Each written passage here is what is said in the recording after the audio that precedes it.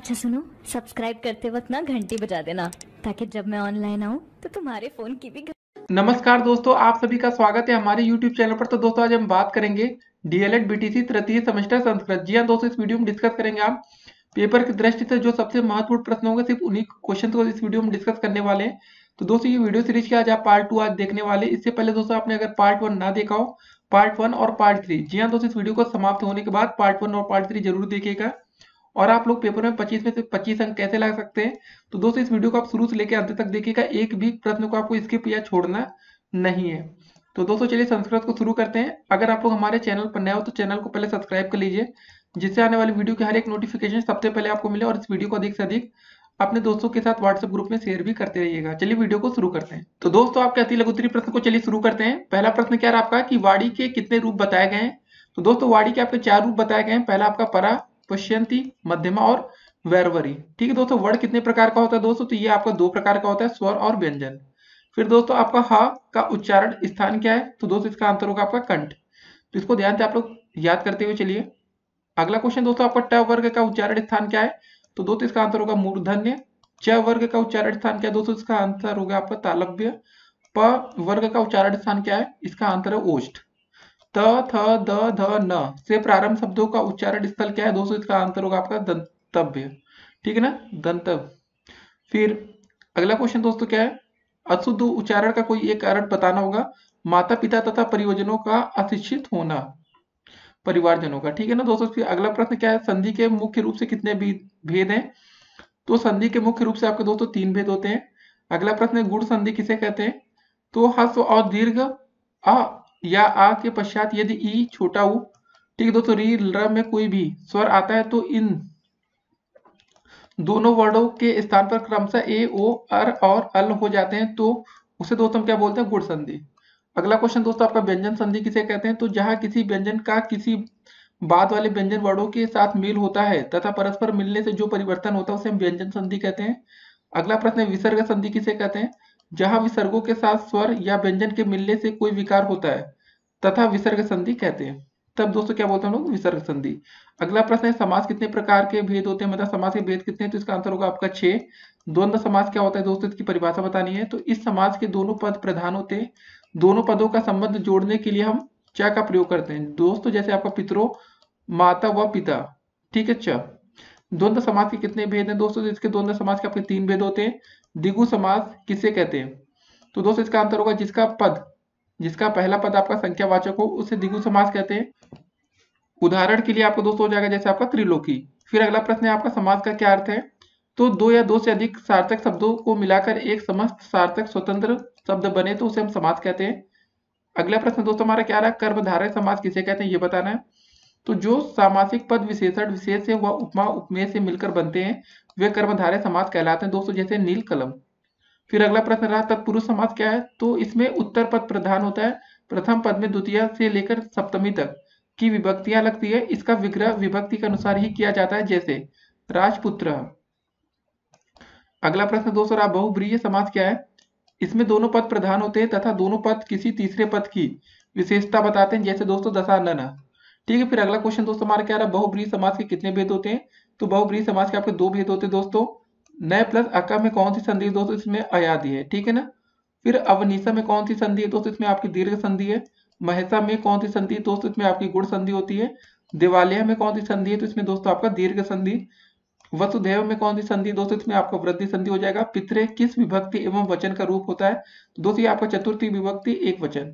फिर दोस्तों राजान का राजे, ठीक है दोस्तों, रूप में किस विभक्ति से बनता है, तो दोस्तों इसका आंसर होगा आपका चतुर्थी में।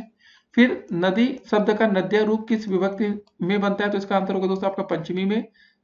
रमाडम रूप किस विभक्ति व वचन का है, तो दोस्तों ये षष्ठी विभक्ति बहुवचन है। धैनो का विभक्ति और वचन क्या दोस्तों, इसका सप्तमी विभक्ति और एक वचन। गुरुवे किस विभक्ति एवं वचन का रूप है, तो दोस्तों इसका आंसर होगा चतुर्थी विभक्ति एक वचन। फिर दोस्तों हम बात करेंगे आपके पितृ शब्द का षष्ठी एक वचन का रूप होगा दोस्तों पितु हो जाएगा। राज्य किस विभक्ति एवं वचन का रूप है, दोस्तों इंपॉर्टेंट क्वेश्चन है, तो आपका हो जाएगा षष्ठी विभक्ति बहुवचन। भगवान किस विभक्ति एवं वचन का रूप है, तो प्रथमा विभक्ति एक वचन।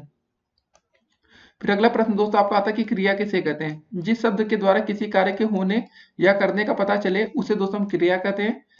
धातु किसे कहते हैं दोस्तों, इसको बता रहे हैं। तो क्रियाएं जिन मूल शब्दों से प्रत्यय जोड़कर बनाई जाती हैं उन्हें हम दोस्तों धातु कहते हैं।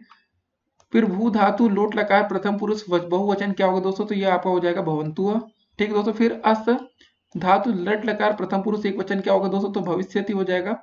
गम धातु विधिलिंग लकार उत्तम पुरुष एक वचन क्या होगा दोस्तों, इसका गच्छेम। देखिए दोस्तों, इसका प्रॉपर आंसर आपको आपके लघु त्री जो वीडियो हमारी बनेगी इसके बाद पार्ट 3 में, तो उसमें दोस्तों आपको एक एक क्वेश्चन के और भी विस्तृत रूप में आंसर आपको देखने को मिलेंगे। ये तो आपके खाली एक एक नंबर के क्वेश्चन, तो दोस्तों इसको इस तरह एक्सप्लेन किया जा रहा है। फिर अगला प्रश्न है दोस्तों, पट धातु के विधिलिंग लकार मध्यम पुरुष एक वचन का रूप लिखना है। तो दोस्तों इसका आंसर होगा आपका पठे। पीताम्बरा में कौन सा समास है दोस्तों, इसमें आंसर हो जाएगा बहुब्रीहि समास। पितरों में कौन सा समास है दोस्तों, इसका आंसर होगा द्वंद्व समास। त्रिलोचना में कौन सा समास है, तो द्विगु समास। रामकृष्णों में कौन सा समास है दोस्तों, द्वंद्व समास हो जाएगा। ठीक है ना। राजपुरुषों में कौन सा समास है दोस्तों, तत्पुरुष समास हो जाएगा। हरिहरों में कौन सा समास है, इसमें हो जाएगा आपका द्वंद्व समास। नीलांबरा में कौन सा समास है दोस्तों, इसका आंसर हो जाएगा बहुब्रीहि समास। अगला प्रश्न है आपका कि कारक कितने प्रकार के होते हैं। देखिए संस्कृत व्याकरण में 6 कारक माने जाते हैं दोस्तों। देखिए कर्ता कर्म च करणे च संप्रदाने तथैव च अपदानी धिकरणे इत्याहु कार काड़ी षष्ठ। ठीक है दोस्तों। फिर हिंदी में कारकों की संख्या कितनी होती है दोस्तों, तो हिंदी में कारकों की संख्या आपकी 8 है। रामेण सह सीता वनम गतवती वाक्य में रामेण पद में कौन सी विभक्ति है दोस्तों, तो ये बताना है। तो इसका आंसर होगा आपका तृतीय विभक्ति।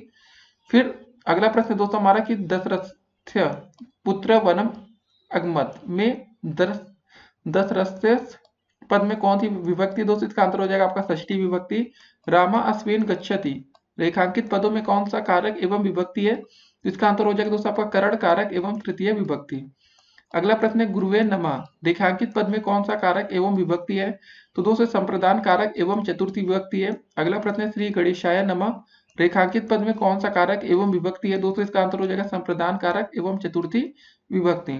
अगला प्रश्न रहा नदीशु गंगा श्रेष्ठ रेखांकित पद में कौन सा कारक एवं विभक्ति है, तो इसका आंसर होगा अधिकरण कारक एवं सप्तमी विभक्ति है दोस्तों। ज्ञानम भारम क्रिया विनय श्लोक का क्या अर्थ है दोस्तों, इसका आंसर हो जाएगा उपयोग में न आने वाला ज्ञान भार के समान होता है। अगला प्रश्न क्या रहा विद्या धर्मेण शोभते श्लोक का क्या अर्थ है दोस्तों, इसका आंसर हो जाएगा विद्या धर्म से ही शोभा ठीक है ना देती है। करण कारक का चिन्ह क्या है, तो दोस्तों से और द्वारा। अधिकरण कारक का चिन्ह है क्या है, तो दोस्तों से अलग अर्थ में। फिर अगला प्रश्न सुलेख का क्या अर्थ है, तो सुलेख का अर्थ सुंदर और सुस्पष्ट लिखना।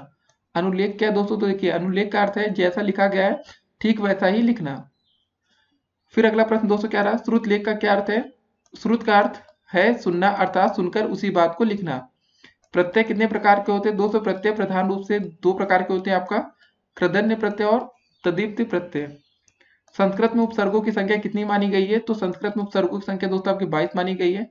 अब अगला प्रश्न उपसर्ग क्या होते हैं, ऐसे शब्दांत जो शब्द के पूर्व में जुड़कर उसके अर्थ में परिवर्तन कर देते हैं उपसर्ग कहलाते हैं, जैसे दोस्तों प्र प्लस हार प्रहार। फिर अगला प्रश्न वाच्य क्या है, किसी बात को कहने के ढंग को दोस्तों वाच्य कहते हैं। वाच्य के कितने भेद हैं, तो दोस्तों संस्कृत में वाच्य के आपके 3 भेद होते हैं कर्तवाच्य कर्म और भाववाच्य। अगला प्रश्न रहा आपका वी उपसर्ग लगाकर 5 शब्द आपको बनाने हैं, तो दोस्तों हो जाएगा जैसे विहार विजय विवाद विराम विदेश। अनु उपसर्ग लगाकर दोस्तों कोई 3 शब्द आपको बनाना है, जैसे अनुरोध हो गया अनुगमन हो गया अनुग्रह हो गया, तो ये आप लोग अपने मन से बना सकते हैं कुछ भी। फिर बात आती है प्र उपसर्ग के प्रयोग से कोई 4 शब्द बनाइए, तो दोस्तों जैसे प्रहार प्रगति प्रतीक प्रचार ठीक है। तबियत तब्य प्रत्यय से कोई 2 शब्द बनाना दोस्तों, जैसे पट प्लस तबियत पठितव्यम कर प्लस तबियत होगा कर्तव्यम। फिर दोस्तों अगला क्वेश्चन आता है हमारा कत त प्रत्यय के प्रयोग से कोई 4 शब्द बनाए, तो दोस्तों हस प्लस वक्त हो जाएगा हसितम, दा प्लस का मतलब हो जाएगा दत्तम, भू प्लस का भूतम, ग्रह प्लस कत ग्रहितम। फिर अगला प्रश्न रहा 26 ठीक है ना। 26 संख्या को संस्कृत में किस प्रकार लिखेंगे, तो दोस्तों हो जाएगा षड्विंशति। 46 संख्या को संस्कृत में किस प्रकार लिखेंगे, तो दोस्तों हो जाएगा षट चत्वारिशतम।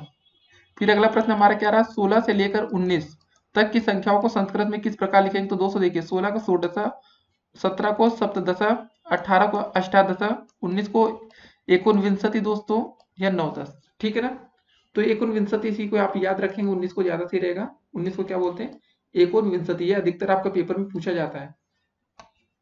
अगला प्रश्न दोस्तों हमारा क्या रहा प्रत्यय को परिभाषित करना है आपको। ऐसे शब्द जो धातु के अंत में जुड़कर उसके अर्थ में परिवर्तन कर देते हैं प्रत्यय कहलाते हैं। संस्कृत शिक्षण में उपयुक्त उपकरणों का नामोल्लेख करना है आपको दोस्तों, जैसे श्यामपट्ट हो गया, चार्ट हो गया, हरित पट्ट हो गया, मानचित्र हो गया। फिर अगला क्वेश्चन, निम्नलिखित संस्कृत वाक्यों का हिंदी में अनुवाद करना है, जैसे रामा नगरम गमिष्यति मतलब रामनगर जाएगा, युवा पुष्पम घ्रासस्य तुम दोनों पुष्प सूंघोगे। अगला प्रश्न क्या रहा हमारा, पितृ शब्द रूप पंचमी विभक्ति के तीनों वचनों में लिखना है। तो दोस्तों ये क्वेश्चन आपको देखिए डीएलएड 2016 में भी आ चुका है। तो इसका आंसर हो जाएगा पितु पिताभ्यम पितभ्य। फिर अगला क्वेश्चन दोस्तों, झला जस्वंती किस संधि का सूत्र है, उसकी परिभाषा उदाहरण सहित आपको लिखना है। तो दोस्तों देखिए जोरस संधि, ठीक है ना, यदि वर्ग का प्रथम द्वितीय और तृतीय और चतुर्थ य र ल व में से कोई वर्ण हो तो अपने ही वर्ग के तृतीय वर्ण हो जाते हैं दोस्तों, जैसे दिक प्लस अम्बरा दिगंबरा हो जाएगा, जगर प्लस ईश जगदीश। अगला क्वेश्चन दोस्तों, अस धातु लंग लकार का रूप उत्तम पुरुष के तीनों वचनों में आपको लिखना है। तो हो जाएगा आपका आसम आस्व आस्म। ठीक है दोस्तों, ये डीएलएड 2016 में आ चुका है क्वेश्चन। अगला प्रश्न क्या रहा, अभी उपसर्ग लगाकर कोई 4 शब्द आपको बनाने। तो जैसे अभिमाना हो जाएगा, अमिता हो जाएगा, अभिज्ञानम, अभिमुखम। फिर अगला प्रश्न रहा आपका पश्चिम शब्द में धातु एवं प्रत्यय आपको लिखना है। तो पश्य धातु सत प्रत्यय। तो दोस्तों अगला प्रश्न क्या रहा हमारा, रमाय गाम ददाति में कौन सा कारक है आपको ये बताना है। तो दोस्तों रमाय गाम ददाति में चतुर्थी विभक्ति और एक वचन का प्रयोग किया गया है। फिर दोस्तों अगला क्वेश्चन हमारा क्या रहा है, गुरु शब्द में के सप्तमी विभक्ति के सभी वचनों के रूप में आपको लिखना है। तो दोस्तों गुरु के रूप देखते हैं, विभक्ति और एक वचन। सप्तमी में दोस्तों गुरु हो जाएगा, द्विवचन में दोस्तों क्या हो जाएगा आपका, बहुवचन में गुरुओ गुरुसु। फिर दोस्तों अगला प्रश्न, नायका का संधि विच्छेद कीजिए तथा संधि का नाम भी आपको लिखना है। तो दोस्तों 9 प्लस अका नायका, ठीक है ना। फिर अगला प्रश्न क्या रहा है, गम धातु में कत्वा प्रत्यय लगाकर आपको शब्द बनाना है। ठीक है, प्रत्यय धातु दोस्तों क्या है गम, प्रत्यय दोस्तों क्या है कत्वा, तो हो जाएगा दोस्तों आपका गत्वा। अक प्रत्याहार के अंतर्गत कौन से वर्ण आते हैं दोस्तों आपको ये बताना है। तो अक प्रत्याहार के अंतर्गत आने वाले वर्ण निम्न है, छोटा ई उ री और र, ठीक है ना, ल। फिर दोस्तों अगला प्रश्न हमारा क्या रहा है, गम धातु में कोई 2 उपसर्ग लगाकर आपको शब्द बनाने हैं। तो दोस्तों गम धातु में उपसर्ग लगाकर बनाए हुए शब्द क्या है। तो गम दोस्तों और उपसर्ग है आपका क्या रहेगा अनु, तो अनुगमन हो जाएगा। गम में दोस्तों प्रति लगा देंगे तो प्रतिगम। फिर अगला प्रश्न क्या रहा हमारा, दीर्घ स्वर कितने होते हैं। तो दीर्घ स्वरों की दोस्तों संख्या आपकी 8 होती है जो निम्नलिखित है, बड़ा बड़ी उ री ए ओ औ। फिर अनुस्वार तथा अनुनासिक का एक एक उदाहरण आपको दोस्तों लिखना है। तो अनुस्वार का उदाहरण दोस्तों हो जाएगा धर्मम प्लस चर धर्मचर। अनुनासिक का उदाहरण दोस्तों दिक प्लस नाथ दिगन्नाथ। फिर दोस्तों वार्डज्ञम मयम शब्द का संधि विच्छेद कीजिए तथा संधि का नाम भी आपको लिखना है। तो दोस्तों वाक्य प्लस मयम क्या हो जाएगा, वार्डज्ञमयन। ठीक है दोस्तों, ये आपका संधि विच्छेद हो जाएगा, इसको ध्यान में आपको रखना है, वाक प्लस मयम। अगला प्रश्न क्या रहा आपका, परोपकार शब्द का समास विग्रह कीजिए तथा समास का आपको नाम लिखना है दोस्तों। तो परोपकार शब्द में तत्पुरुष समास होगा, पर प्लस उपकार परोपकार, ठीक है ना, इसको ध्यान में रखना है। फिर अगला क्वेश्चन हमारा क्या रहा, मात्र शब्द के षष्ठी विभक्ति के तीनों वचनों के रूप में आपको लिखना है। तो मात्र शब्द के षष्ठी विभक्ति में, ठीक है दोस्तों, मातु हो जाएगा, मात्रो हो जाएगा और मात्रडाम। फिर दोस्तों शुरू सुन्ना धातु लट लकार प्रथम पुरुष के सभी वचनों के रूप में आपको लिखना है। तो दोस्तों शुरू में धातु के रूप में लट लकार में क्या हो जाएगा, प्रथम पुरुष में दोस्तों श्रेणति श्रेणता और श्रवंती। ठीक है दोस्तों, फिर अगला क्वेश्चन, प्रारंभ मुत्त मजना न परिव्यंजनती श्लोकांश का अर्थ आपको लिखना है। तो दोस्तों देखिए प्रारंभ कर्म घटना अनुकूल प्रतिकूल परिस्थितियां शरीर के रहने तक रहती है, परंतु ज्ञानी पर उसका कोई प्रभाव नहीं है। अगला प्रश्न क्या रहा है, युष्मत शब्द के प्रथमा विभक्ति के तीनों वचन का रूप आपको लिखना है। तो युष्मत शब्द के रूप, तो विभक्ति दोस्तों आपको प्रथमा है, त्वम हो जाएगा, युवाम हो जाएगा, युवम हो जाएगा। फिर दोस्तों बलिम याचते वसुधाम में बलि का कर्म संज्ञा विधायक सूत्र आपको लिखना है। तो दोस्तों देखिए धरती पर बल ही पूजनीय है, जिस प्रकार चींटी अपने बल के द्वारा कार्य करती है, तो यह कार्य कर्म संज्ञा विधायक सूत्र में आता है। फिर दोस्तों सूत्र क्या हो जाएगा, इस पृथ्वी पर कर्म है प्रधान पूज्य है। ठीक दोस्तों, उसके बाद बात करेंगे श्याम बुद्धिमान लड़का है, वाक्य का संस्कृत में अनुवाद आपको करना है। तो दोस्तों आंसर क्या होगा, श्यामा बुद्धिमाना बालका अस्ति। फिर पितरो शब्द का समास विग्रह एवं समास का नाम लिखना है। तो दोस्तों देखिए समास विच्छेद, ठीक है ना, माता व पिता दोस्तों ये हो जाएगा पितरो दोस्तों, और यहाँ पर क्या है एक शेष द्वंद्व समास है। फिर अगला प्रश्न क्या रहा हमारा, अक प्रत्याहार के अंतर्गत कौन कौन से वर्ड आते हैं ये लिखना है। तो अक प्रत्याहार में दोस्तों छोटा ई उ री र 5 वर्ड आते हैं। फिर अगला प्रश्न क्या रहा आपका, आसपास शब्द के प्रथम विभक्ति के तीनों वचनों के रूप में आपको लिखना है दोस्तों। तो हो जाएगा आपका अहम आवाम वयम। अच प्रत्याहार के अंतर्गत कौन कौन से वर्ड आते हैं ये आपको लिखना है। तो अच में दोस्तों छोटा छोटी उ, ठीक है ना, ली ल ए औ। फिर अगला प्रश्न, व्रतम यत्नेन संरक्षित, श्लोक का अर्थ लिखना है। तो दोस्तों चरित्र की रचना में जो हमारे चरित्र की रक्षा है उसे हमें यत्न पूर्वक करनी चाहिए। जी हाँ दोस्तों, बहुत इंपॉर्टेंट है ये, इसको आपने जरूर पढ़ा होगा दोस्तों, व्रतम यत्नेन संरक्षति, ठीक है ना। चरित्र की रक्षा आपको यत्न पूर्वक करनी चाहिए। अगला प्रश्न क्या रहा हमारा, नासिका के द्वारा किन वर्णों का उच्चारण किया जाता है इसको बताना है। तो अंग, इया, अड़, न, म वर्णों का उच्चारण दोस्तों नासिका के द्वारा किया जाता है। फिर भगवान वासुदेव को नमस्कार है, वाक्य का संस्कृत में आपको अनुवाद करना है। तो भगवता वासुदेवे नमः। फिर अगला प्रश्न, प्र उपसर्ग लगाकर कोई दो शब्द आपको बनाना है। तो दोस्तों प्रसारा हो जाएगा, प्रमाणम हो जाएगा, प्रहारा हो जाएगा, प्रकारा हो जाएगा। तो दोस्तों यहाँ पर इस वीडियो को समापन होता है। तो दोस्तों देखिए, इस वीडियो को आपको देखने के बाद तुरंत आपको पार्ट 1 हमारी इस वीडियो सीरीज की देखनी है, जिससे कि आप लोग पेपर में और अच्छा स्कोर कर सके। पार्ट 1 और पार्ट 3, जी हाँ दोस्तों, जब ये तीनों पार्ट आप देख लेंगे तो पेपर में आप डेफिनेटली 25 में से 25 नंबर आप स्कोर कर सकते हैं। तो एक वीडियो से दोस्तों काम नहीं चलेगा, तो हमने आपको 3 अलग अलग सेपरेट वीडियो बना रखी है। तो तुरंत दोस्तों इस वीडियो के समापन के बाद तुरंत आप पार्ट 1 या पार्ट 3 देखिए, जिसके बाद पेपर के लिए आप पूरी तरीके से तैयार होंगे। फिर मिलेंगे, स्टे कनेक्टेड। हाँ, चैनल पर है तो दोस्तों चैनल को सब्सक्राइब कर लीजिएगा, जिससे आने वाली वीडियो की तमाम नोटिफिकेशन सबसे पहले आपको मिले। फिर मिलते हैं, स्टे कनेक्टेड।